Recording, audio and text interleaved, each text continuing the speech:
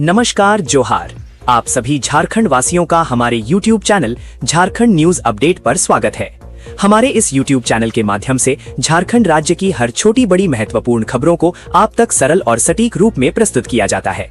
आप सभी से निवेदन है कि हमारे इस YouTube चैनल को लाइक, शेयर एवं सब्सक्राइब अवश्य करें। साथ ही बेल आइकन को दबाना ना भूलें ताकि झारखंड की सभी ताजा और महत्वपूर्ण खबरें आप तक सबसे पहले पहुंच सकें। धन्यवाद। बिरसा मुंडा एयरपोर्ट पर निर्माणाधीन स्टेट हैंगर पहुंचे सीएम हेमंत। कार्यों की गुणवत्ता देख अधिकारियों को दिए सख्त निर्देश। मुख्यमंत्री हेमंत सोरेन गुरुवार को एक्शन मोड में नजर आए। उन्होंने राजधानी स्थित बिरसा मुंडा हवाई अड्डा परिसर में निर्माणाधीन स्टेट हैंगर और उससे जुड़ी आधारभूत संरचनाओं के कार्यों का भौतिक निरीक्षण किया। मुख्यमंत्री ने कार्यस्थल पर पहुंचकर प्रगति का जायजा लिया और अधिकारियों के साथ गुणवत्ता नियंत्रण व समयबद्धता को लेकर विस्तृत चर्चा की। निरीक्षण के दौरान मुख्यमंत्री ने निर्माण कार्यों में लगे इंजीनियरों और अधिकारियों को कड़े निर्देश दिए। उन्होंने कहा कि सभी कार्य निर्धारित मानकों के अनुरूप ही होने चाहिए।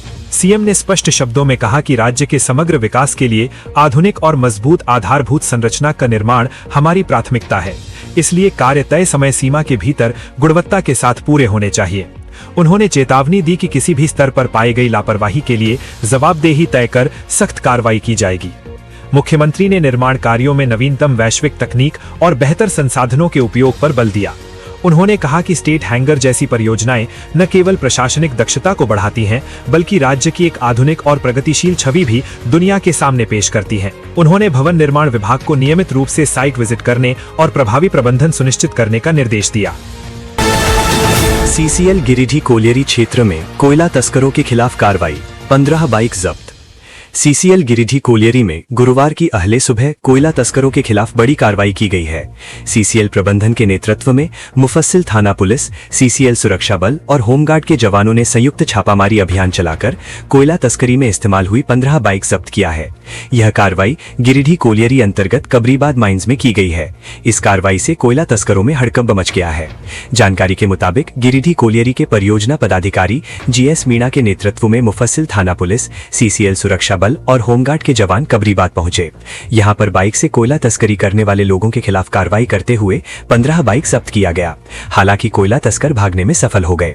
इस संबंध में परियोजना पदाधिकारी जीएस मीणा ने बताया कि कोयला तस्करों के खिलाफ अभियान चलाकर 15-16 बाइक जब्त किया गया है। उन्होंने बताया कि कोयला तस्करों द्वारा उत्पादन को प्रभावित करके कोयला चोरी की जाती है। इससे दुर्घटना की भी आशंका बनी हुई रहती है। उन्होंने कहा कि आज संयुक्त अभियान के तहत कोयला चोरों के खिलाफ कार्रवाई की गई है। जब्त बाइक को गिरिडीह मुफस्सिल थाना में जमा किया जा रहा है। मीणा ने कहा कि कोयला तस्करों के खिलाफ कार्रवाई जारी रहेगी। कॉफी विद एसडीएम, गढ़वा में अपनों को खोने वाले परिवारों के साथ प्रशासन ने साझा किया दुख। झारखंड के गढ़वा जिले के सदर अनुमंडल पदाधिकारी एसडीएम संजय कुमार की अनूठी पहल कॉफी विद एसडीएम के तहत बुधवार को अनुमंडल कार्यालय में एक भावुक और संवेदनशील बैठक हुई। इस साप्ताहिक संवाद कार्यक्रम में एसडीएम ने आपदा और हादसों में अपनों को खोने वाले परिवारों की पीड़ा सुनी। एसडीएम संजय कुमार ने अनुमंडल क्षेत्र के अलग अलग प्रखंडों से आए पीड़ित परिवारों से सीधा संवाद किया। इस दौरान वज्रपात, सर्पदंश, डूबने और सड़क दुर्घटना जैसी आपदाओं से प्रभावित लोगों ने अपनी समस्याएं रखी। बैठक में ये चिंताजनक तथ्य सामने आया कि सड़क हादसों में जान गंवाने वाले अधिकांश युवा 18 से 25 वर्ष के आयु वर्ग के थे। एसडीएम ने युवाओं की असमय मौत पर गहरी चिंता जताई। उन्होंने अभिभावकों से अपील की कि वे बच्चों को बाइक देने से पहले यातायात नियमों और हेलमेट की अनिवार्यता के प्रति जागरूक करें। कहा कि जनहानि की भरपाई तो नहीं की जा सकती, लेकिन प्रशासन पूरी संवेदनशीलता के साथ पीड़ित परिवारों के साथ खड़ा है। हमारा उद्देश्य है कि कोई भी योग्य व्यक्ति सरकारी लाभ से वंचित न रहे। इस मौके पर आपदा राहत विभाग के जिला स्तरीय पदाधिकारी, जिला बाल संरक्षण पदाधिकारी कार्यालय के कर्मी और अनुमंडल कार्यालय के कर्मचारी मौजूद रहे। एसडीएम ने सभी पीड़ितों को अपना संपर्क नंबर भी उपलब्ध कराया, जिससे कि भविष्य में उन्हें किसी कार्यालय के चक्कर न काटने पड़े। हिट एंड रन से लेकर वज्रपात तक के मामलों में जहां मुआवजा लंबित था, वहां संबंधित अंचलाधिकारी और थाना प्रभारियों को तत्काल रिपोर्ट सौंपने का निर्देश दिया गया। वन भूमि घोटाला, आईएएस अधिकारी विनय चौबे की जमानत पर सुनवाई पूरी, फैसला सुरक्षित। झारखंड हाईकोर्ट में हजारीबाग वन भूमि घोटाला मामले से जुड़े आरोपी आईएएस अधिकारी विनय कुमार चौबे की जमानत याचिका पर महत्वपूर्ण सुनवाई पूरी हो गई है। ये सुनवाई जस्टिस अनुभा रावत चौधरी की अदालत में हुई, जहां दोनों पक्षों की विस्तृत दलीलें सुनी गई। अदालत ने मामले की गंभीरता को देखते हुए अपना फैसला सुरक्षित रख लिया है। सुनवाई के दौरान एंटी करप्शन ब्यूरो एसीबी की ओर से अदालत में आरोपों को मजबूत आधार देने की कोशिश की गई। एसीबी ने कहा कि जांच में सामने आए तथ्यों के आधार पर आरोपी की भूमिका संदिग्ध प्रतीत होती है और मामले में आगे की जांच आवश्यक है। वहीं दूसरी ओर आईएएस विनय कुमार चौबे की ओर से पेश वकीलों ने अदालत में जोर देकर कहा कि उनके मुवक्किल निर्दोष हैं। बचाव पक्ष ने दलील दी कि उन पर लगाए गए आरोप न तो तथ्यात्मक रूप से सही हैं और न ही उनके खिलाफ कोई ठोस साक्ष्य मौजूद है। प्रार्थी की ओर से अदालत में यह भी कहा गया कि उन्हें झूठे आरोपों में फंसाया गया है। उनकी ओर से जमानत देने का अनुरोध करते हुए कहा गया कि जांच में सहयोग करने के लिए वे हमेशा तैयार हैं। बचाव पक्ष ने यह भी तर्क दिया कि उन्हें हिरासत में रखने का कोई औचित्य नहीं बनता। ये मामला एसीबी हजारीबाग द्वारा दर्ज कांड संख्या 11/2025 से संबंधित है। इसी मामले में विनय कुमार चौबे ने जमानत के लिए हाईकोर्ट में याचिका दायर की है। मामला वन भूमि से जुड़े कथित घोटाले और प्रशासनिक अनियमितताओं से जुड़ा हुआ बताया जा रहा है। जैक मैट्रिक परीक्षा परिणाम पर मुख्यमंत्री हेमंत सोरेन ने छात्रों को दी शुभकामनाएं। झारखंड एकेडमिक काउंसिल की मैट्रिक परीक्षा में सफल हुए सभी छात्र छात्राओं को मुख्यमंत्री हेमंत सोरेन ने बधाई और शुभकामनाएं दी हैं। उन्होंने विद्यार्थियों की मेहनत और समर्पण की सराहना करते हुए कहा कि यह सफलता उनके उज्जवल भविष्य की मजबूत नींव है। साथ ही अभिभावकों और शिक्षकों की योगदान को भी महत्वपूर्ण बताया। मुख्यमंत्री ने उन विद्यार्थियों को भी संदेश दिया जो अपनी उम्मीद के अनुसार परिणाम हासिल नहीं कर सके। उन्होंने कहा कि असफलता अंत नहीं है, बल्कि ये आगे बेहतर करने का अवसर है। छात्रों को सकारात्मक सोच के साथ अपने प्रयास जारी रखने की सलाह दी गई। हेमंत सोरेन ने कहा कि झारखंड सरकार राज्य में गुणवत्तापूर्ण शिक्षा सुनिश्चित करने के लिए लगातार प्रयास कर रही है। उन्होंने भरोसा दिलाया कि आने वाले समय में शिक्षा के क्षेत्र में और सुधार किए जाएंगे ताकि छात्रों को बेहतर अवसर मिल सकें। मुख्यमंत्री ने सभी विद्यार्थियों के उज्जवल भविष्य की कामना करते हुए कहा कि वे अपने लक्ष्य को लेकर निरंतर आगे बढ़ें। उन्होंने छात्रों से मेहनत, अनुशासन और आत्मविश्वास के साथ अपने सपनों को पूरा करने का आह्वान किया। देवघर में एनआईए एटीएस की संयुक्त छापेमारी, 2 संदिग्ध हिरासत में। एनआईए और झारखंड एटीएस की संयुक्त टीम ने झारखंड के देवघर में छापेमारी कर 2 संदिग्धों को हिरासत में लिया है। दोनों से नगर थाना में पूछताछ जारी है, जबकि अधिकारी फिलहाल मामले पर कुछ भी बताने से परहेज कर रहे हैं। सूत्रों से मिली जानकारी के मुताबिक देवघर में हथियार तस्करी की सूचना पर सक्रिय हुई एनआईए और झारखंड एटीएस की टीम ने नगर थाना पुलिस के सहयोग से नंदन पहाड़ के पास नंदीनगर मोहल्ले में छापेमारी की। इस दौरान मामा घर में ठहरे एक युवक को हिरासत में लिया गया। वहीं भुरभुरा मोड़ के पास से एक दूसरे युवक को भी टीम ने पकड़ा। दोनों संदिग्धों को फिलहाल देवघर नगर थाना में रखकर संयुक्त टीम द्वारा पूछताछ की जा रही है। हालांकि छापेमारी में शामिल अधिकारी इस मामले में अभी कुछ भी बताने से बच रहे हैं। सूत्रों के अनुसार नंदीनगर से हिरासत में लिया गया युवक मूल रूप से बिहार के आरा का रहने वाला है। उसके पिता देवघर के एक निजी स्कूल में वाहन चालक हैं और कुंडा थाना क्षेत्र के चितोलोढ़िया में मेधा डेयरी के बगल स्थित मोहल्ले में घर बनाकर रहते हैं। फिलहाल मामले में आगे की कार्रवाई जारी है। रामगढ़ पुलिस का डेली टारगेट प्लान। एसपी ने 5 थानों का किया निरीक्षण, अब हर दिन मिलेगा task of the day. Ramgarh जिले में बढ़ते अपराध पर लगाम लगाने और विधि व्यवस्था को चाको चौबंद करने के लिए पुलिस अधीक्षक मुकेश कुमार लुनायत गुरुवार को पूरी तरह एक्शन मोड में दिखे।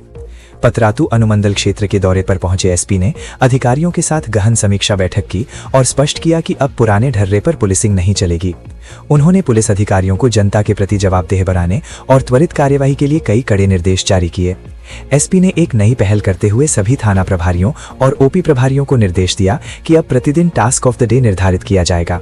इसके तहत हर पुलिस पदाधिकारी को दिन भर के कार्यों का लक्ष्य दिया जाएगा, जिसकी मॉनिटरिंग शाम को स्वयं वरीय अधिकारी करेंगे। एसपी ने कहा कि कार्यों के बंटवारे और नियमित समीक्षा से न केवल लंबित मामलों का बोझ कम होगा, बल्कि अपराधियों के मन में पुलिस का खौफ भी बढ़ेगा। समीक्षा बैठक के बाद एसपी ने अचानक पतराते थाना, बासल थाना, भदानी नगर ओपी, भुरकुंडा ओपी और बरकाकाना ओपी का निरीक्षण शुरू कर दिया। इस दौरान उन्होंने थानों के सिरिस्ता, सीसीटीएनएस एंट्री, अभिलेखों के रखरखाव और मालखाना की स्थिति का जायजा लिया। एसपी ने केस डायरी के अनुसंधान में देरी होने पर नाराजगी जताई और अधिकारियों को फरार अपराधियों की सूची बनाकर उनकी गिरफ्तारी के लिए छापेमारी तेज करने को कहा। बैठक में लंबित वारंट, कुर्की और सम्मन के निष्पादन पर विशेष जोर दिया गया।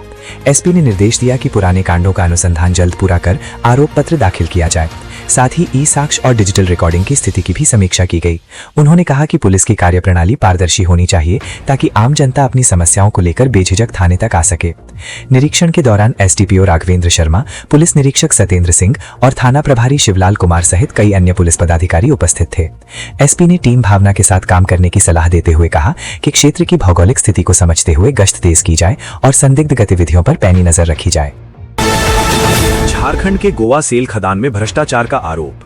पूर्व सीएम मधु कोड़ा ने 0 पॉइंट पर पकड़ा बड़ा खेल। झारखंड के पूर्व मुख्यमंत्री मधु कोड़ा ने बुधवार को पश्चिमी सिंहभूम स्थित गोवा सेल खदान क्षेत्र के 0 पॉइंट का दौरा कर आयरन ओर के स्टॉक और क्रशिंग कार्य का निरीक्षण किया। इस दौरान उन्होंने मौके पर मौजूद व्यवस्थाओं की समीक्षा की और ठेकेदारों व प्रबंधन की कार्यशैली पर गंभीर सवाल खड़े किए। पूर्व सीएम ने आरोप लगाया कि क्षेत्र में आयरन ओर की क्रशिंग को लेकर जो टेंडर हुए हैं उनमें भारी भ्रष्टाचार और अनियमितता बरती जा रही है। निरीक्षण के बाद पत्रकारों से बात करते हुए मधु कोड़ा ने कहा कि उन्हें विश्वस्त सूत्रों से सूचना मिली थी कि संबंधित ठेकेदार द्वारा आयरन ओर का क्रशिंग किए बिना ही बिल पास करा लिए गए हैं। इसी सच्चाई को जानने के लिए वे खुद मौके पर पहुंचे। उन्होंने दावा किया कि मौके पर बड़ी मात्रा में आयरन ओर बिना क्रशिंग के ही जमा मिला। कोड़ा ने कहा कि यहां आयरन ओर का पहाड़ खड़ा है जिसे क्रश किया जाना था, लेकिन इसे छुए बिना ही कागजी खाना पूर्ति कर भुगतान लेने की तैयारी है। मधु कोड़ा ने इस स्थिति को सरकारी संसाधनों का खुला दुरुपयोग बताते हुए मामले की निष्पक्ष और उच्च स्तरीय जांच की मांग की है। उन्होंने घोषणा की कि वे इस संभावित भ्रष्टाचार की पूरी जानकारी देते हुए केंद्रीय इस्पात मंत्री, इस्पात मंत्रालय के वरीय अधिकारियों और प्रधानमंत्री नरेंद्र मोदी को पत्र लिखेंगे। उन्होंने स्पष्ट किया कि सार्वजनिक क्षेत्र की कंपनियों में इस तरह की लूट बर्दाश्त नहीं की जाएगी। पूर्व मुख्यमंत्री ने चेतावनी दी कि यदि जांच में भ्रष्टाचार या लापरवाही के प्रमाण मिलते हैं तो संबंधित अधिकारियों और ठेकेदारों पर सख्त कानूनी कार्रवाई सुनिश्चित की जानी चाहिए। उन्होंने कहा कि खदानों से निकलने वाला खनिज देश की संपत्ति है और इसमें पारदर्शिता और जवाबदेही बनाए रखना प्रबंधन की जिम्मेदारी है। कतरास में बनेगा भव्य खाटू श्याम मंदिर, करोड़ों की लागत से होगा निर्माण। झारखंड के कोयलांचल धनबाद के कतरास स्थित कतरी नदी के समीप जल्द ही भव्य खाटू श्याम बाबा मंदिर का निर्माण किया जाएगा। करोड़ों रुपए की लागत से बनने वाला ये मंदिर क्षेत्र की आस्था और पहचान का नया केंद्र बनेगा। मंदिर निर्माण की घोषणा के साथ ही स्थानीय लोगों में उत्साह का माहौल दिखा जा रहा है। गुरुवार को सूर्य मंदिर परिसर के खाली पड़े भूखंड पर विधि विधान के साथ भूमि पूजन किया गया। टुंडी विधायक सह झामुमो के मुख्य सचेतक मथुरा प्रसाद महतो ने आचार्यों की मौजूदगी में पूजा अर्चना कर मंदिर की नींव रखी। उन्होंने नारियल फोड़कर निर्माण कार्य की औपचारिक शुरुआत की। भूमि पूजन के दौरान विधायक मथुरा प्रसाद महतो ने कहा कि ये मंदिर पूरे धनबाद जिले के लिए गौरवशाली और ऐतिहासिक साबित होगा।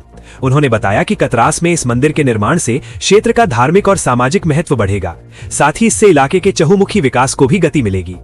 मंदिर निर्माण में सूर्य मंदिर समिति और कतरास के नागरिकों की महत्वपूर्ण भूमिका रहेगी। स्थानीय लोगों के सहयोग से इस परियोजना को भव्य रूप देने की योजना बनाई गई है। इससे न केवल धार्मिक पर्यटन को बढ़ावा मिलेगा बल्कि क्षेत्र की अर्थव्यवस्था को भी मजबूती मिलेगी। हजारीबाग में ट्रक टेलर की भीषण भिड़ंत के बाद धूं कर जले दोनों वाहन, मची अफरा तफरी। हजारीबाग जिले के पद्मा ओपी क्षेत्र अंतर्गत इटखोरी मोड़ के पास बुधवार को एक भीषण सड़क दुर्घटना सामने आई है। यहां एक ओवरलोड टेलर और ट्रक के बीच हुई सीधी भिड़ंत के बाद दोनों वाहनों में भीषण आग लग गई। इस हादसे में टेलर का इंजन वाला हिस्सा पूरी तरह जलकर खाक हो गया, वहीं ट्रक का भी एक बड़ा हिस्सा आग की चपेट में आ गया। गनीमत ये रही कि इस अग्निकांड में किसी प्रकार की जनहानि नहीं हुई, लेकिन वाहनों पर लदा माल काफी हद तक नष्ट हो गया। घटना की सूचना मिलते ही पद्मा ओपी प्रभारी और इचाक थाना की पुलिस सक्रिय हो गई। पुलिस कर्मियों की त्वरित कार्यवाही के कारण फायर ब्रिगेड की गाड़ी समय रहते मौके पर पहुंच गई।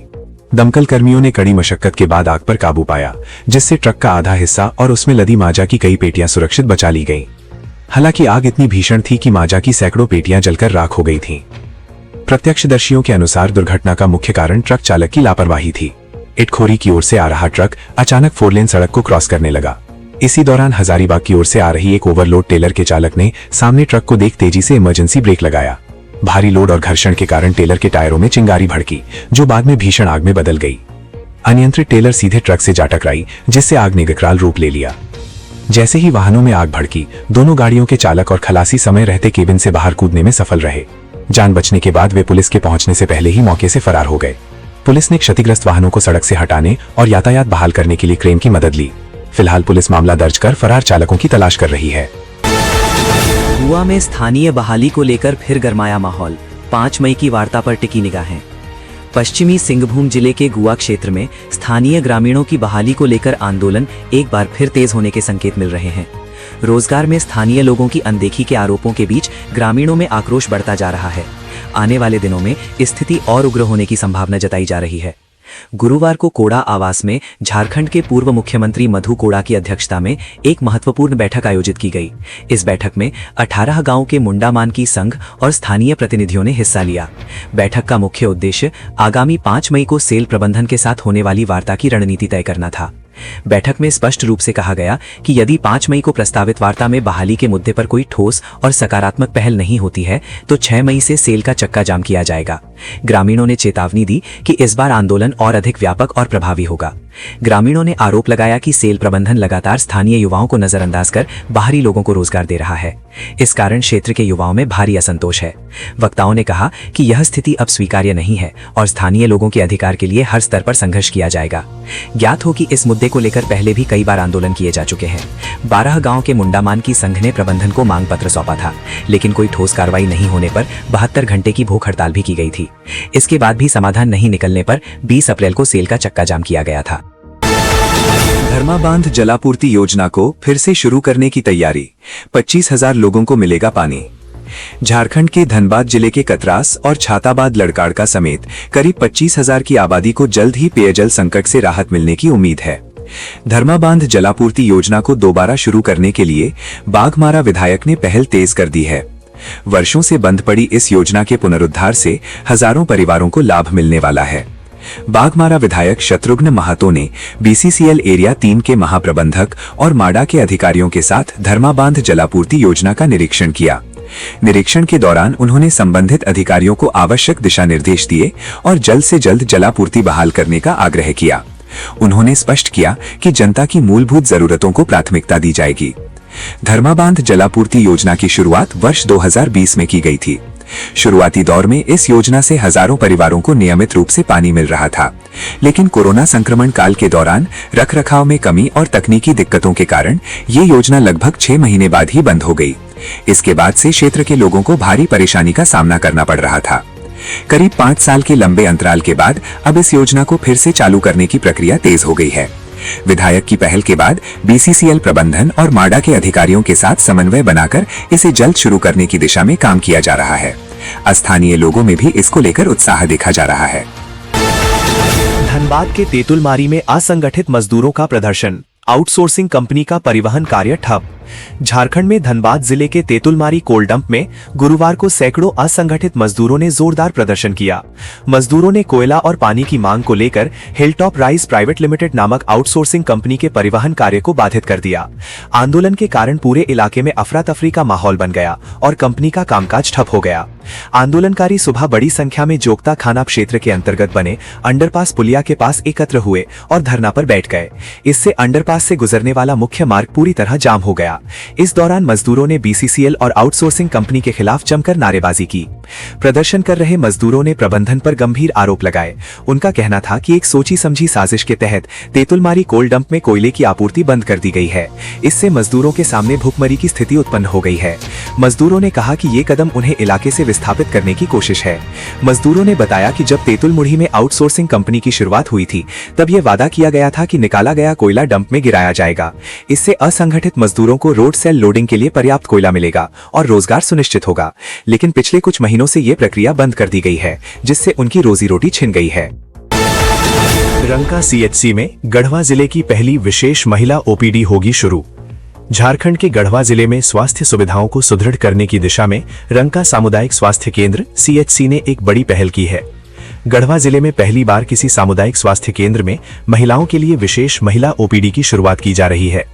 इससे क्षेत्र की महिलाओं को अब अपनी बीमारियों के परामर्श के लिए हिचकिचाहट का सामना नहीं करना पड़ेगा। सामुदायिक स्वास्थ्य केंद्र के प्रभारी डॉक्टर अजजद अंसारी ने बताया कि अस्पताल में स्वास्थ्य सेवाओं को लगातार बेहतर बनाने का प्रयास किया जा रहा है। इसी कड़ी में विशेष महिला ओपीडी शुरू करने का निर्णय लिया गया है। बताया गया कि ये ओपीडी प्रतिदिन सुबह 9 बजे से दोपहर 3 बजे तक संचालित होगी। ओपीडी में स्त्री रोग से संबंधित महिला चिकित्सक और चिकित्साकर्मी उपलब्ध रहेंगी, जिससे कि महिलाएं बिना किसी झिझक के अपनी समस्याओं को साझा कर सकें। डॉक्टर अंसारी ने बताया कि अक्सर ग्रामीण क्षेत्रों में महिलाएं पुरुष चिकित्सकों के सामने अपनी व्यक्तिगत स्वास्थ्य समस्याओं या स्त्री रोगों के बारे में बताने में असहज महसूस करती हैं। इसी समस्या को देखते हुए जिले में पहली बार रंका में ये समर्पित सुविधा शुरू की जा रही है। उनका कहना है कि इसका उद्देश्य क्षेत्र की महिलाओं को बेहतर और सुलभ स्वास्थ्य सेवाएं देना है।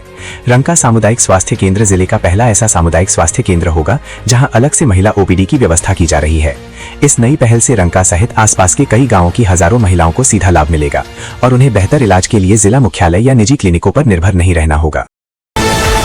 मुख्यमंत्री पंचायत प्रोत्साहन योजना में साहेबगंज की पंचायत चयनित, मुखिया नफीसा खातून को मिलेगा सम्मान। झारखंड के साहिबगंज जिले के उधवा प्रखंड अंतर्गत दक्षिण पलाशगाछी पंचायत ने एक बड़ी उपलब्धि हासिल की है। मुख्यमंत्री पंचायत प्रोत्साहन योजना के तहत इस पंचायत का चयन किया गया है। इस उपलब्धि से न सिर्फ पंचायत बल्कि पूरे उधवा प्रखंड का नाम रोशन हुआ है। राज्य सरकार के अवर सचिव द्वारा सभी जिला उपायुक्तों को पत्र जारी कर इसकी जानकारी दी गई है। चयनित पंचायत के मुखिया और पंचायत सचिव को 24 अप्रैल 2026 को रांची के खेलगांव स्थित इंडोर स्टेडियम में सम्मानित किया जाएगा। ये समारोह राज्य स्तर पर आयोजित किया जा रहा है, जहां पंचायत के उत्कृष्ट कार्यों को सराहा जाएगा। इस सम्मान से पंचायत के कार्यों को और प्रोत्साहन मिलेगा। कुछ समय पूर्व मुख्यमंत्री पंचायत प्रोत्साहन योजना के तहत चयन प्रक्रिया के दौरान राज्य स्तरीय टीम उधवा प्रखंड के दक्षिण पलाशगाछी पंचायत पहुंची थी। स्टेट प्रोग्राम रिसोर्स सेंटर के प्रतिनिधि मनीष झा के नेतृत्व में टीम ने पंचायत के विभिन्न विकास कार्यों का भौतिक सत्यापन किया। इस दौरान पंचायत में चल रही योजनाओं और सुविधाओं का बारीकी से मूल्यांकन किया गया।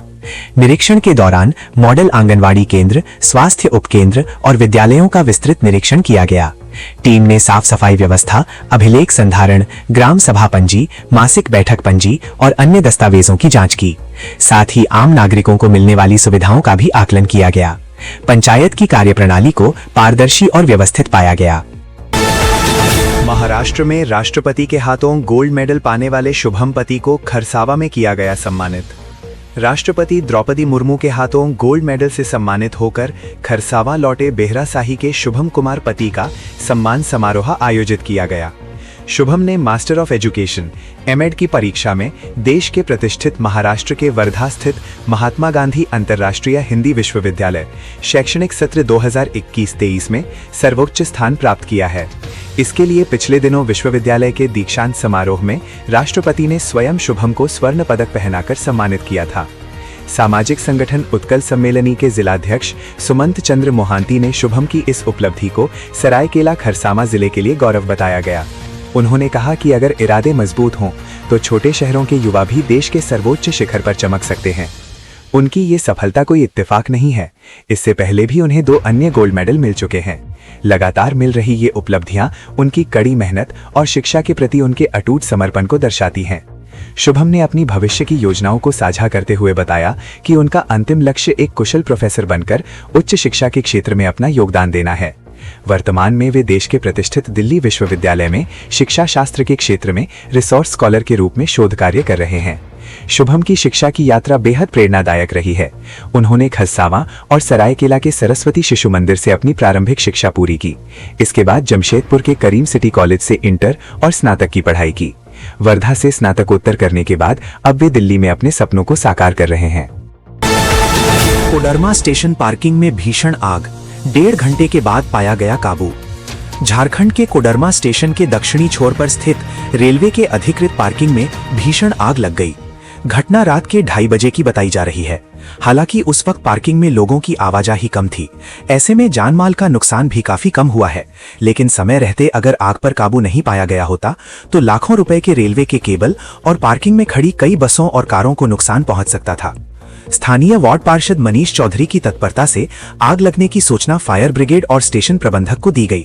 हालांकि जब तक फायर ब्रिगेड की टीम मौके पर पहुंचती, वार्ड पार्षद ने अपने सहयोगियों की मदद से आग पर काबू पाने का काफी प्रयास किया, लेकिन आग लगातार विकराल रूप धारण कर रहा था। ऐसे में फायर एक्सटिंग्विशर की मदद से पहले तो आग को फैलने से रोका गया। उसके बाद फायर ब्रिगेड की टीम पहुंचने के बाद तकरीबन 1.5 घंटे की कड़ी मशक्कत से आग को पूरी तरह से बुझाया जा सका। रात होने की वजह से लोगों की आवाजाही भी काफी कम थी। ऐसे में शहर के बिजी इलाके में स्थित कोडरमा स्टेशन तक पहुंचने में फायर ब्रिगेड की गाड़ी को भी आसानी हुई।